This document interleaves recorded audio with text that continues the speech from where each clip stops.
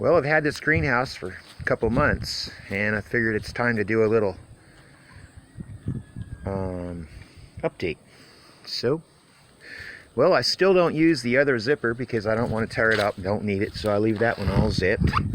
I haven't had to ventilate it all for the few months I've had it. Of course, it's middle of winter. It's the end of January. It's almost February. About the 25th. And what we got here is much larger plants. This is Chinese mustard spinach. Tastes really good. And in this unheated greenhouse, it has gotten down to 10 degrees Fahrenheit outside. I don't know what it was inside here. And I've got it facing east and west. And the south is against this wall. The north is against this wall. And you see this salad-bowl lettuce got wilted pretty bad some mornings, but it's perked up really nice. It's ready to start picking it. I could pick some leaves off of the mustard spinach already. And these are super hardy. They're the Egyptian walking onions. And these little plants right here are shallots, a type called gray grizel. And these salad bowls lettuces are very hardy. They took the 10 degrees and had no trouble. The shallots kind of had some tip burn every now and then on some of them, but they still made it. The beets were not very hardy. I had this filled pretty good with beets, and now just a few have managed to make new leaves and come back. I lost almost all of these, but a few are coming back. I think that's over now because I believe the sugars are in the leaves, so I think they're going to make it. And sugar is what they use to get hardier for cold.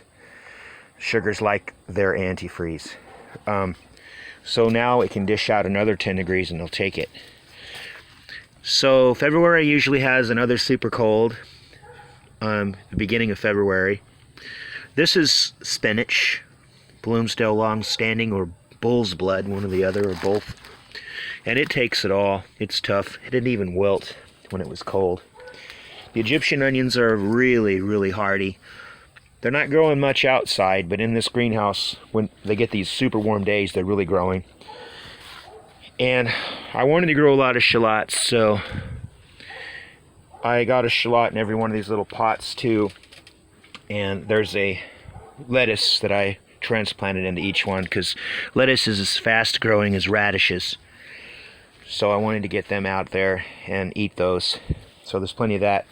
You see the spinach is in all these containers. You can use anything for containers, just anything.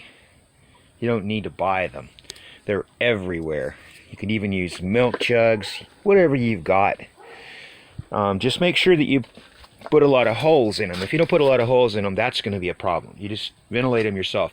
And you can just poke. The more holes, the better if they're going to be outside, where it doesn't matter where the water goes, because it helps root pruning and stuff to have a lot of them. Then I went on ahead and got these fabric pots, which I have. I got 5 of them for about $12 on eBay, and they seem to be pretty good, except that they dry out really fast in the summertime, really fast, and you can't use them indoors unless you put them in a dish of water to catch the runoff. They're hard to water. They take more time to water. They're messy, and even in the greenhouse they dry out super fast in the winter. But they're good in the summer if you have a problem with overwatering. They will make sure that you never overwater. They can just wick away all that water, and they self root prune. I like them, and they're dirt cheap. You can't get 5 containers like that for $10 store bought like. And if you put them in a dish of water, like I said, they won't be any problem. Then you don't have to worry about them drying out, because the dish of water, they'll wick from that and get what they want, and that works real good. I did that in the summer. So this is the greenhouse update. You can see everything's growing really good, really green, and oh, it feels so good in here. Meanwhile, outside it's about 35 degrees, very, very cold. But in here, this thermometer says it's 80, but I don't trust these thermometers. I have no idea. And so I've got two of them. And see what I mean? This thermometer here says it's 70 or 68 degrees. So if you buy a thermometer at the store, look at the whole rack and see if they're consistent. They probably won't be. But that's how you know a good thermometer. The whole rack will be consistent. They'll all be the same temperature. Then you can buy that one. But these, I'm not very happy with any of these thermometers. Even new, they didn't work. And you can see that they're loose, so you can move it up and down if you want with your finger. Maybe that'll help to get them consistent. And then these right here, they've got a spring in the back. You can turn that and that little thing in the middle there and change it. It doesn't really matter. Here's what I was showing you about them not being so winter hardy. This is a Grey Griselle shallot, and it got burned a little bit, and now you can see it's kind of losing its happiness, but it'll recover. These Egyptian onions are chives. I cut them off the top like this, and then they're back up like this again in no time. And there's one that I cut off a week ago, and it's already getting its new shoots.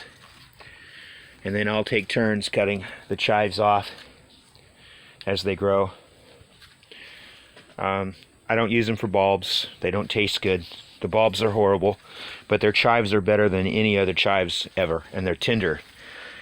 They don't choke you the way other chives do. And even when planted out separately, like I tried with these experiments, they still don't get a big enough bulb to use, and it still tastes bad. So I'm very happy with the unheated greenhouse. The spinach is doing very well. And the reason it's doing very well, all this, is because I planted the seedlings while the temperature was not freezing.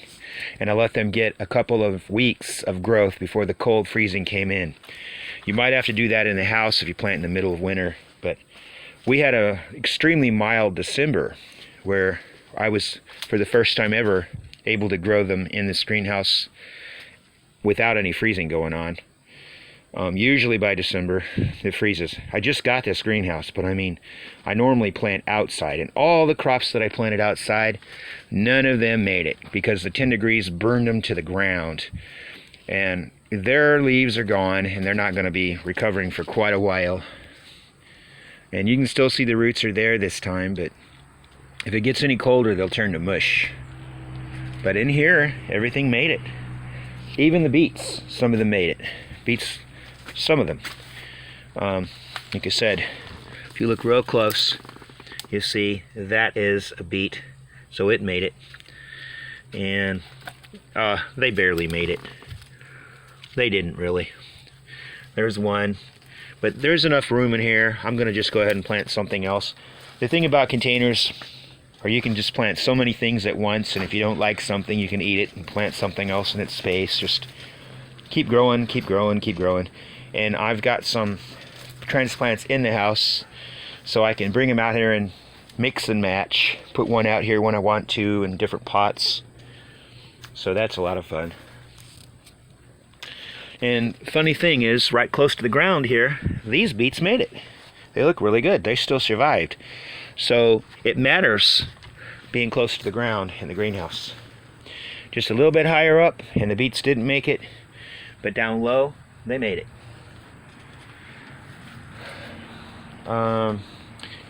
This is a different type of lettuce here. This is Butter Crunch right here. And this over here, like I said, is Salad Bowl. So it's supposed to be some kind of an oak leaf type. I like the oak leaf types a lot. Anyway, that's the greenhouse update. Yes, I think you should get a greenhouse like this. They're under 200 bucks, around $200, close to, maybe a little above, a little below, depending on where you buy it and what time it is. They really do work. Mine has been very winter stable. It took a little bit of snow, not a lot. I think it would have taken just as much snow as it could handle, or as you could get. Because of I like the peak top on this. It's a 20 by 10, and my girlfriend bought it for me. So I've been wanting one for years, and she surprised me. Anyway, okay, that's the greenhouse. And there's how pretty it looks in there, all greened up. It's gonna look better in another week because, see, we've had seriously cold weather the last week. Like I said, it's not been above freezing all day, just maybe a little bit above freezing some days. Not enough to thaw the ground out or get all the ice off the horse troughs or anything. And it's still growing. And this is what they call the hunger gap this time of year. And it's very windy, and you see the greenhouse is doing fine. And the reason is I don't have all the vents open and stuff like that. And lucky me, I got a rock I can roll like that. I roll that on there, and that holds it down. Just enough ventilation there. Now, my plan is to take this tarp off, this whole thing off, as soon as the weather's warm enough. But by that time, I should have tomatoes planted in there, and I'll be tying them on the top. They'll be using the frame of the greenhouse as a brace, as a trellis. So once I take this off, they'll have such a head start. They'll really do well. And then I plan on putting it back over them again just before the cold weather happens, when it starts getting really cold, so I can extend my season. Now that's what I'm hoping for. Okay, that's all I have to tell you about.